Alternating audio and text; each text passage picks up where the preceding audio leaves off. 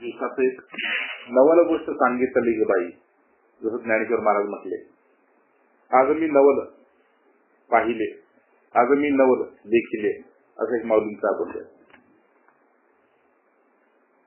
तसं हे नवल असं यांनी आपल्या भोसले काकांनी लिहिलेलं आहे की मार्गशीर्ष शुद्ध चतुर्थी पावन, मार्गशीर्ष शुद्ध चतुर्थी पावन विनायक धन अवतरले हो. विनायक म्हणजे विनायक चतुर्थी. धन्य माय तात पुलकित मही, स्वानंदाचे पाही देवगुरु कृपा. अवघ्या तत्वांचा साक्षात आकार स्वानंद साचार खेळे देहा माझी. स्वानंदामृत चिंतन दहन कराया म्हणन साधका साधन. मंथुनी वेदांत काढिले हे सार. जसं माऊली म्हणे मंथुनी नवनीता तैसे घेणता वाया व्यर्थ कथा सांडी मार्ग. नुसत्या कथा ऐकल्या पण आपल्या चित्ताचा काही थकवा गेला नाही आणि चित्ताला सतत ते जे खरं आहे पण देह खरं आहे हेच वाटत गेलं. म्हणून मंथुनी वेदांत काढले हे सार त्याच्या असार अज्ञान अंधार. स्वानंदाचा श्वास स्वानंद वचन म्हणजे शास्त्र बहु बोलले. म्हणजे तुका म्हणले वेद बहु बोलला अर्थ इतका तिथेला निज निष्ठे नाम घ्यावे दास विठोबाचे व्हावे. आपल्याला कार देता आला कारण कलियुग आहे, आपल्याला माहित नाही किती आयुष्य आहे कसं आहे. ज्याला ज्याला सार वेचता आला तो भाग्याचा झाला. म्हणून स्वानंदाचा श्वास स्वानंद वचन. ज्यावेळेस आपण गुरूंच्या कृपेनं गुरु मंत्रामध्ये बुडून जातो साधन करता करता त्यावेळी आपल्या आत्मानुभूतीचे आपल्यालाच वचनाची आनंद देऊन जाते. किती दुसऱ्याला सांगण्यासाठी शब्द सापडत नाहीत आणि आतून आपण मात्र परितुष्ट असतो. अनुभव शब्दात येणं जरी अशक्य असलं तरी त्याचा आस्वाद स्वतः आनंदाने घेऊ शकतो. म्हणून स्वानंदाचा श्वास स्वानंद वचनच आपुलेची धन आपण अर्पण आलंच पुढे बघा. ते दुसऱ्याला कोणाला अर्पण करायची गरज नाही का तर मायमात्मा ब्रह्म म्हणजे मी वेगळा आणि देव वेगळा असं समजून जो अखंडपर्यंत साधन करतो ते अखंडपर्यंत कधी कोणाचं टिकत नाही. म्हणून भगवंतांनी सांगितलं की देव भूतवा देव मी. माझी पूजा म्हणजे तुझी पूजा. देव देव म्हणून मन शिनवून घेऊ नको. स्वतःच देवत्व ओळख. मी तुला देव पण देत नाही पण जीव पण सुरक्षित होणार नाही. म्हणून सारासाठी स्वानंदाचा श्वास स्वानंद वचन आणि आपुलाची धन आपण अर्पण. हटक कापड आपलं स्वतःच जर असलं तर ते दुसऱ्याच्या नव्या कापडापेक्षा सुद्धा आपल्याला आपलं प्रिय होतं.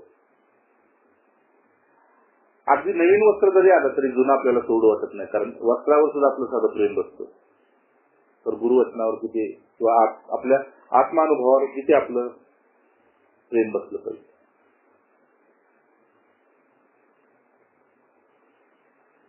म्हणून अशा या घोर मुक्ती लोकात प्रत्येकाचं येणं जाणं चालू आहे. आज आहे उद्या नाही, आता आहे थोड्या वेळानं नाही. हे सगळ्याला अनुभव येतोय.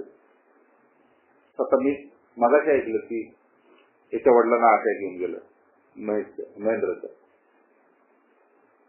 आणि आत्ता कळतंय मला. तर मग इथं सार काय आहे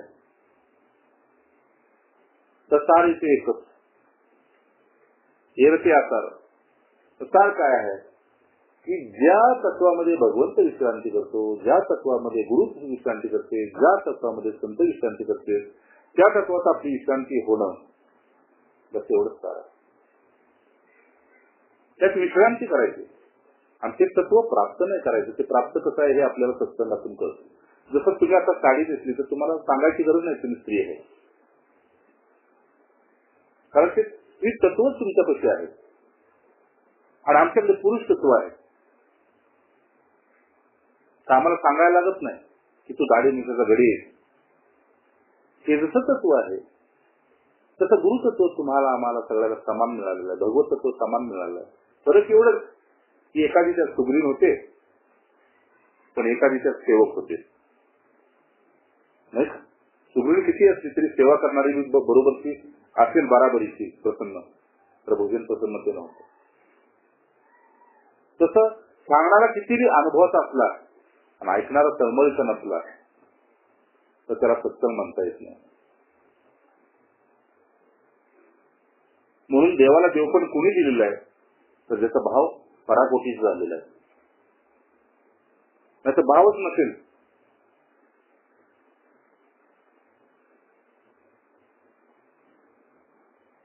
तर देव आणि धोंडा एकच.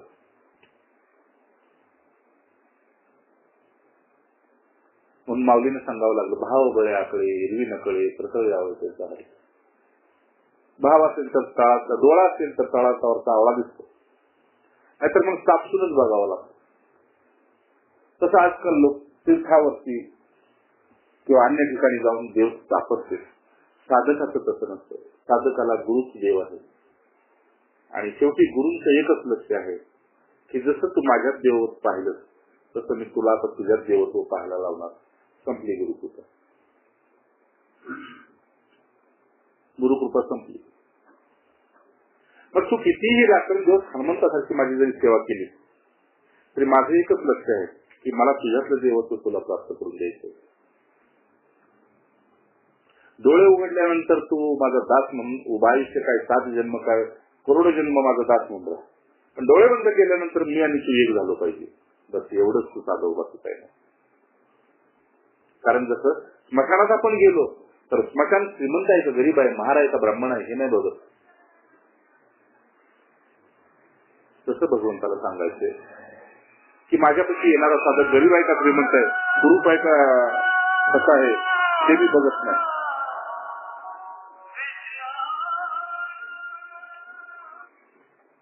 राम म्हणून स्वानंदाचा श्वास स्वानंद वस्तू. जसं तुकोबा म्हणले, आनंदाचे डोही आनंद तरंग. किंवा श्रीधर म्हणले स्वानंद अमृत तृप्त आहे. बाहेरचं जर अमृत मिळालं सागर मंथन नसलं तर आपल्याला आमर करेल, आमर करेल, पण मुक्त करणार नाही. आणि कदाचित आणखी कृपा झाली तर मुक्त बी करेल पण भक्त करणार नाही.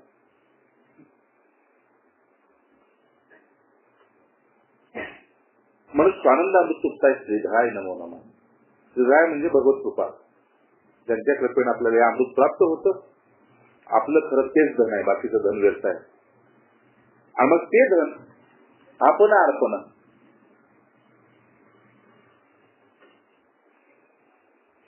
तुझा तुझी देव तुझा तुझी भाव.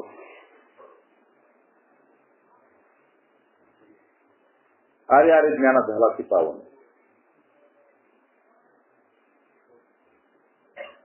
जसं आईचंच बाळ आईचंच दूध तसं माऊली म्हणते की तसं इथं सांगायचे की उमाशंकराचा सारा खटाट होतं स्वानंदाचे रूप नवल होतं. राम उमाशंकराचा सारा खटाट होतो. ते प्रकृती आणि पुरुष एकत्र येऊन काय करते तर माझी मुलं बाळ सुखी राहील आणि सुखापेक्षा माझी मुलं आणि बाळ आनंदी राहील. एवढाच त्या प्रकारची पुरुषाचा नाही का. तुम्ही आम्ही आई वडील आहोत आम्हाला तुम्हाला काय वाटतं आपली मुलं बाळ आपल्या माघारी सुखी राहोत. सुखी राहोत म्हणजे कशी राहोत, सुख कशात आहे तर भगवत मरणाशिवाय दुसरं कुठेही सुख नाही. अपार दुःख जरी आपल्या प्रारब्ध आपल्या वाटी येत असेल तर ते शारीरिक दुःख आहे, मानसिक आहे, पण आत्मिक सुखापुढे हे सगळं टिकत नाही. म्हणून उमाशंकराचा हा खटाटोप आहे की स्वानंदाचे रूप नवल असायचं की आमच्यासाठी भगवंतानं काहीतरी एक रोप लावले, आता ते आपण जपायचे. रोप जे आहे ते आपण जपायचे का ते रोप मोडून टाकायचे ते आपल्यावर असतं. अप्रूप म्हणजे एक अप्रूपचा अर्थ म्हणजे कौतुक.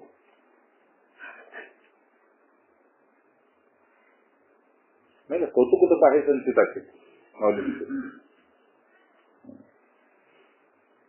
त्याला आपल्या भाषेत तिकडच्या खटाव भाषेत म्हटलं अप्रूप. हे पुणेरी शब्दात त्यांनी लिहिले अप्रूप, नवल अप्रूप. हा तर सार एवढा त्यांनी सांगितलंय की एक रोपट आहे, गुरुने लावले, तर त्याला जर आपण खत पाणी घालत गेलो तर वृक्ष व्हायला वेळ लागत नाही रोपट्याला. पण नुसतं खत पाणी घालून चालत नाही, त्याची जपणूक बी करावी लागते. आणि पुन्हा त्याला येणारी फळं आपण खायची नसते, तशी वाटायची असते. मग त्या सावलीला जो कोणी येऊन बसेल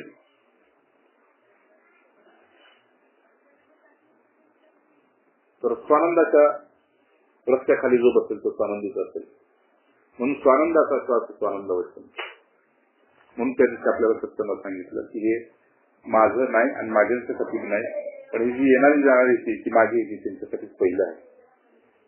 म्हणून त्या दिवशी तुम्हाला बी सांगितलं की गुरु मानक गुरु आणि वहिवाट साधक. मालकी गुरुंची, वहिवाट साधकाची.